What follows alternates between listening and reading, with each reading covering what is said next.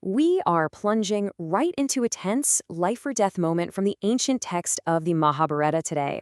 Yeah, no basic preambles, we're just skipping straight to the good stuff. Because honestly, the sheer scale and intensity of this specific excerpt, it absolutely demands our immediate attention. We're looking at section 22 of the Astika Parva. This is where a seemingly simple family dispute just escalates into a massive cosmic journey. So let's get right to the text. Okay, let's dive right into this. We're starting with some immediate, super intense, dramatic stakes. The Nagas, after consultation, arrived at the conclusion that they should do their mother's bidding.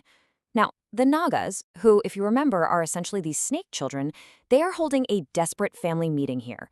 They're trapped in this terrifying bind, and it's orchestrated by the very person who brought them into the world, their mother. And let's be clear, they aren't acting out of love or respect right now. No, they are acting out of pure, unadulterated survival instinct. Section 1. The Mother's Curse, a drastic choice. The grim logic here is honestly terrifying. According to the text, if the Nagas fail to help their mother get what she wants, she's literally going to withdraw her affection and burn them all. Just let that sink in for a second. Step 1, disobey your mom, burn to death. Step 2, if they obey, she might be graciously inclined and actually free them from her curse. So obviously they choose survival, which brings us to step 3. And this is where ancient myth gets wonderfully, incredibly surreal. They agree to render a horse's tail black by physically going and becoming the black hairs in that horse's tail. It's a completely bizarre, shape-shifting act of deception, right? But it's driven by that highly relatable, very visceral motivation of fear. Section 2. A deceptive wager. The rivalry takes flight. So now we're shifting our focus from the terrified children over to the powerful architects of this whole bizarre plot, Kadru and Vinata. These two share a deeply, deeply entangled identity. They're both daughters of Daksha. They're both co-wives. And they're sisters. Setting up these incredibly close interpersonal ties right next to the fact that they've laid this massive bitter wager against one another, it perfectly establishes the deep, unavoidable tension that's driving this narrative. I mean, this isn't a battle between strangers. This is an intimate, high-stakes family rivalry. Section 3. Flight over the ocean, from drama to spectacle. The text tells us that having laid this wager, the two sisters proceed, quote, in great delight along the sky to see the other side of the ocean. Now, what's really interesting about this is the sudden, violent sensory shift we get from the serene sky down to the water. Initially, the text describes the ocean as a receptacle of waters incapable of being easily disturbed. But as the sisters fly over, it is suddenly mightily agitated all of a sudden by the wind and roaring tremendously. We're totally transitioning from the quiet, sneaky plotting of sisters into this loud, chaotic, untamed environment. It's like the ancient storytellers really want us to hear that tremendous roar before they show us what's hiding beneath the waves. Section 4. Monsters and miracles. The bestiary below. First off, the text explicitly mentions the waters are absolutely full of makars. These are horrible aquatic monsters, and they aren't alone down there. The text notes they exist alongside fishes so giant that they are capable of swallowing whales, just swallowing them whole.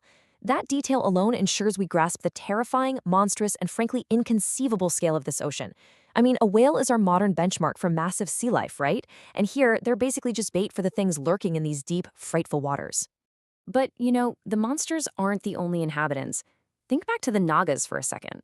The very same snake children who were just forced to turn into horsehairs to survive their mother's fiery curse, well, they are also mentioned as having wonderful habitations right deep within this ocean.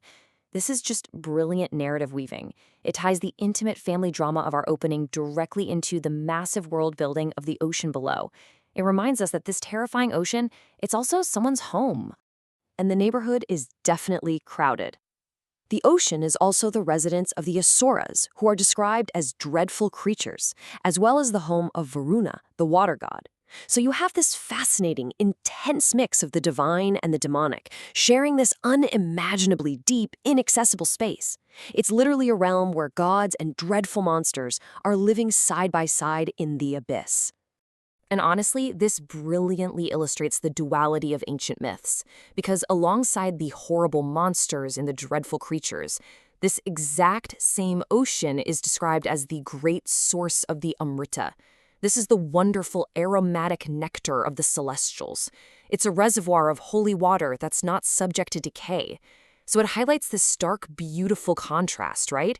An ocean that is deep, terrible, and absolutely terrifying, yet simultaneously holy, life-giving, and completely divine.